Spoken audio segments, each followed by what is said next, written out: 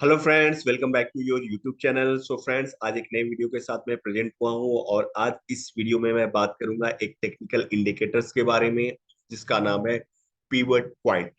Right friends.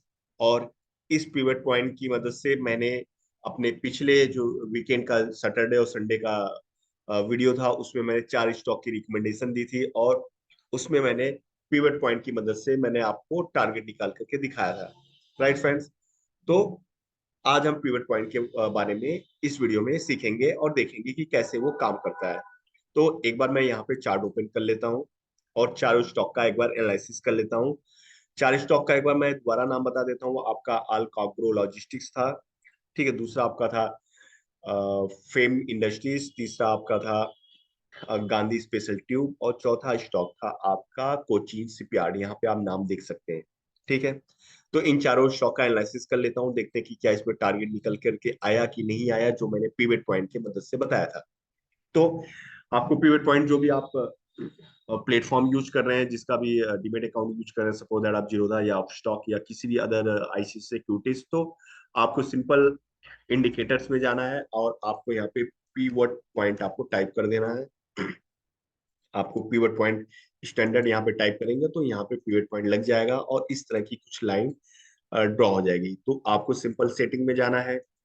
Setting में जा करके यहाँ पे सारी कलर एक जैसे, लाइन की कलर एक जैसे दिख रही है, तो यहाँ पे आप कलर लाइन की कलर को भी चेंज कर सकते हैं। तो जैसे कि यहाँ पे मैं लाइन चेंज कर रहा हूँ, तो पी जनरली रिप्रेजेंट करता है मिडिल पॉइंट को, ठीक है। S1 आपका ये जो S1 S2 S3 S5 है, सपोर्ट 1 सपोर्ट 2 को रिप्रेजेंट करता है। इस R जो रिप्रेजेंट कर रहा है वो आपका रेजिस्टेंस को रिप्रेजेंट करता है, ठीक है। तो सबका कलर एक बार मैं चेंज कर देता हूँ। यहाँ पे मैं S1 को रेड से मार्क कर देता हूँ और R1 को जो है मैं रेड वन से, ब्लू और ब्लू, ठीक है। यहाँ पे मैं इसको ग्रीन ग्रीन ग्रीन और S4 को मैं यहाँ पे इस कलर से मार्क कर देता हूँ, ठीक है। और R5 को मैं यहाँ पे रिमूव कर देता हूँ और इस लाइन को मैं थोड़ा सा डार्क कर देता हूँ, ठीक है। अब आप यहाँ पे देख सकते हैं कि ये लाइनें यहाँ पे ड्रॉ हो गई, ठीक है फ्रेंड्स। अब ये जो पी का लाइन है, ठीक है, वो आपका मिडिल का लाइन है, ठीक है। यहाँ पे आप देख सकते हैं, अगर मैं इसको लाइन में कर दूं तो यहाँ पे पी, ठीक, R1 R2 R3 R4 ये जनरली रेजिस्टेंस को रिप्रेजेंट कर रहा है और S1 S2 S3 और S4 जो कि सपोर्ट को रिप्रेजेंट कर रहा है, ठीक है। तो आप देख सकते हैं फ्राइडे को मैंने आपको पिवट पॉइंट की मदद से आपको आल कार्गो लॉजिस्टिक्स में मैंने आपको टारगेट बताया था। जनरली इसका जो पहला टारगेट मैंने आपको बताया था, क्लोजिंग इसकी जो थी वो आपकी थी 453 के अराउंड आपकी क्लोजिंग थी, ठीक है। और मैंने जो पहला टारगेट R2 के हिसाब से जो यहाँ पे निकल के आ रहा था 481 का, वो मैंने आपको निकाल करके दिया था, जो कि जनरली अचीव हो चुका और उससे भी प्राइस ऊपर गया। और इसका हाई जो था, यहाँ पे हाई को आप देख सकते हैं, हाई जो गया वो 495 का गया, ठीक है। तो पहला टारगेट हिट हुआ, ठीक है। और हिट करने के बाद स्टॉक नीचे आया, थोड़ा रिटेस्ट लिया, R1 का रिटेस्ट लेकर के फिर से ये स्टॉक अपसाइड मोमेंटम जाने की तैयारी कर रहा है। और जो दूसरा जो मैंने टारगेट दिया था 518 का, ठीक है, वहां तक आप फिर से वेट कर सकते हैं, ठीक है। इसी तरह से दूसरा जो मैंने आपको स्टॉक बताया था वो आपका था फेम इंडस्ट्रीज, ठीक है। इसमें जो मैंने आपको टारगेट बताया था, आपका पहला जो टारगेट मैंने आपको निकाल के देखिए, ये आपकी थी फ्राइडे की क्लोजिंग। क्लोजिंग इसकी थी 1819 यहाँ पर क्लोज हुआ था और पहला टारगेट 1966 पे मैंने दिया था और जो दूसरा टारगेट आपको दिया था 2126 का दिया था। तो ये पहला टारगेट अचीव होकर स्टॉक ऊपर गया। अब स्टॉक थोड़ा सा कंसोलिडेट हुआ, रिटेस्ट ले रहा है, फिर से इसमें बुलिश मोमेंटम देखने को मिल रही है, तो आप फिर से इस टारगेट के लिए वेट कर सकते हैं आप। और फ्रेंड्स प्लीज, अगर आप स्टॉक में अभी भी बने हुए हैं तो प्लीज आप ट्रेलिंग स्टॉप लॉस या फिर आप जो स्टॉप लॉस दिया गया है उसको यूज करें, ठीक है। बिकॉज की कोई भी बैड न्यूज आ जाएगी अगर मार्केट में, तो स्टॉक डेफिनेटली काफी ज्यादा नीचे आ जाता है, तो आपको काफी अच्छा खासा मतलब काफी लॉस होने का चांसेस बना रहता है। ठीक है, तो प्लीज स्टॉप लॉस को फॉलो करें। अगर आप ट्रेडिंग करते हैं, आप अगर स्विंग ट्रेडिंग करते हो तो प्लीज स्टॉप लॉस को फॉलो करें। ठीक, मेरे हर वीडियो में नीचे लिखा रहता है कि स्टॉप लॉस को स्ट्रिक्टली आप फॉलो करें। ठीक है, नहीं तो लॉस होने का चांसेस मार्केट में बना रहता है। ठीक है, तो ये टारगेट अचीव हुआ, पहला टारगेट यहाँ पे अचीव हुआ। अब दूसरे टारगेट के लिए आप वेट कर सकते हैं। ठीक है, अब तीसरे स्टॉक की अगर मैं बात करूँ, तीसरा स्टॉक था आपका गांधी स्पेशल ट्यूब। ठीक है, इसमें मैंने आपको टारगेट जो दिया था वो दिया था आपको 4 आवर्स पे निकाल करके। 4 आवर्स का मैं चार्ट लगा लेता हूँ। इसमें मैंने पहला टारगेट दिया था आपको 583 का, जो कि ऑलमोस्ट 1 पैसे रह गया। तो अगर किसी ने ट्रेलिंग स्टॉप लॉस यूज किया हुआ या कोई पहले निकल गया होगा तो वहां पे आपको first target achieve, almost achieve हो चुका है। ठीक है, स्टॉक फिर से नीचे हुआ गया, रिटेस्ट ले रहा है। ठीक है, और पी का सपोर्ट लिया। अब यहाँ से फिर से आप पहले टारगेट और जो दूसरा टारगेट मैंने आपको बताया था वो बताया था आपको 8। पहला टारगेट मैंने आपको ये दिया था, पहला टारगेट मैंने आपको और दूसरा टारगेट मैंने आपको ये दिया था। तो इन दो टारगेट के लिए आप फिर से वेट कर सकते हैं। ठीक है, ये 1 घंटे का, 1 दिन का चार्ट पे ही मैंने आए, नहीं, 4 घंटे के चार्ट पे, 4 आवर्स के चार्ट पे मैंने आपको बताया था। ठीक है, तो दूसरे टारगेट के लिए यहाँ पे आप वेट कर सकते हैं। ठीक है, 643 के लिए वेट कर सकते हैं। ठीक है, या फिर अभी जो नया यहाँ पे पीरियड पॉइंट बना हुआ है, फिर से आप 593 के लिए वेट कर सकते हैं, और दूसरा टारगेट 623 के लिए आप वेट कर सकते हैं इस गांधी स्पेशल ट्यूब में। अब जो लास्ट स्टॉक जो मैंने बताया था कोचिंग शिपयार्ड, ठीक, उसका डे के चार्ट में मैंने आपको टारगेट बताया था। ठीक है, डे के चार्ट पे क्या टारगेट था वो एक बार मैं यहाँ पे निकाल करके आपको बता देता हूँ। ठीक है, पहला जो टारगेट मैंने आपको बताया था, देखिए क्लोजिंग जो थी वो आपकी 638 की थी। और पहला जो टारगेट मैंने आपको 725 का बताया था, और दूसरा टारगेट मैंने आपको 804 का बताया था। बट इसको भी मैंने 4 घंटे के चार्ट पे निकाल करके बताया था। तो 4 घंटे के हिसाब से जो पहला टारगेट निकल करके आया था वो निकल करके आया था 668 का, जो कि ऑलमोस्ट अचीव हो चुका और उससे ऊपर प्राइस गया। अगर मैं हाई की बात करूं तो ये गया आपका 683 का, यहाँ पे आप देख सकते हैं 683.95 तक गया।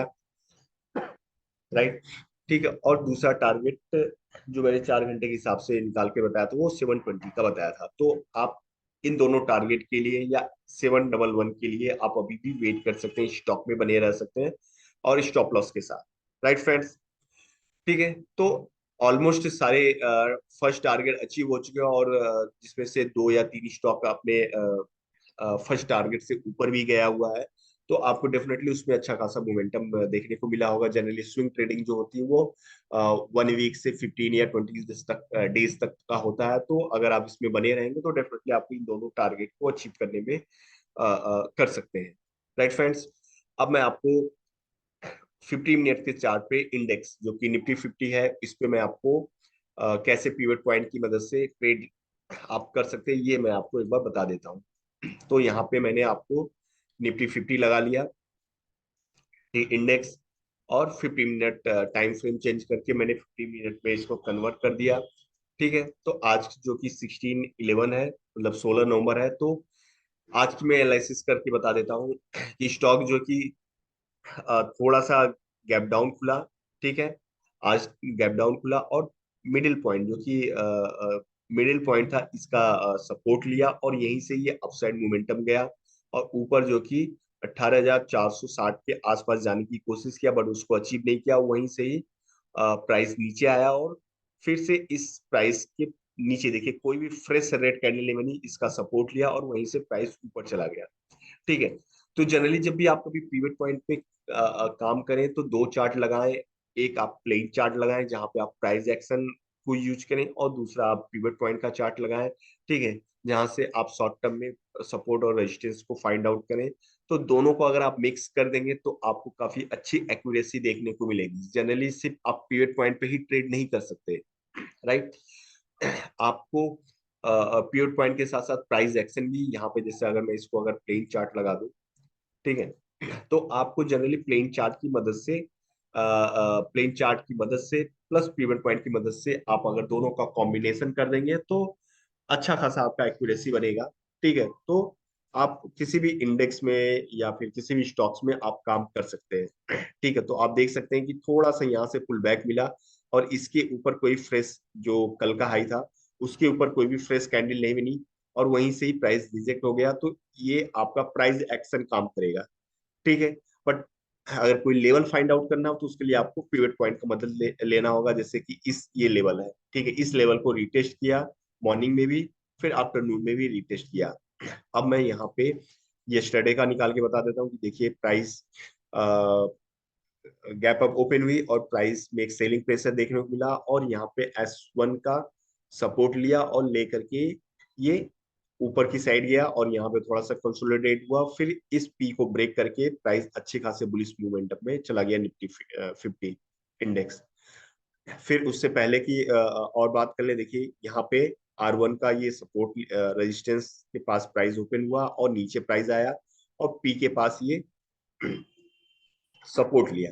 ठीक, फिर प्राइस यहीं से अप मोमेंटम आया और फिर से इस पी का सपोर्ट ले लिया। तो price action plus pivot point को अगर आप मिक्सर कर देंगे तो आपको अच्छी खासी एक्यूरेसी देखने को मिलेगी। अब जैसे कि ये दिन था, यहाँ पे प्राइस ऊपर हुआ और इसी का सपोर्ट लेकर प्राइस एक उस दिन निफ्टी 50 बुलिश मोमेंटम में था, तो अच्छी खासी आपको बुलिश मोमेंटम देखने को मिली और प्राइस उसके नीचे नहीं गया और ऊपर की साइड ही चला गया। ठीक है फ्रेंड्स, तो इसकी मदद से आप किसी भी इंडेक्स में या स्टॉक में आप काम कर सकते हैं। एक बार मैं बैंक निफ्टी भी लगा करके दिखा देता हूँ। ठीक है, बैंक निफ्टी आज का चार्ट देखिए। बैंक निफ्टी में आज के चार्ट में क्या हुआ, प्राइस ने सपोर्ट लिया, बैंक निफ्टी ने सपोर्ट लिया, यहाँ पे पी का सपोर्ट लेकर प्राइस ऊपर गया, बट इसके ऊपर कोई फ्रेश ग्रीन कैंडल नहीं बनी और यहीं से प्राइस रिजेक्ट हो गया प्राइस एक्शन के बेस पे। ठीक है, और फिर प्राइस ऊपर जाने की फिर से कोशिश की, लेकिन यहाँ पे कोई फ्रेश ग्रीन कैंडल नहीं बनी और प्राइस फिर से रिजेक्ट हो गया।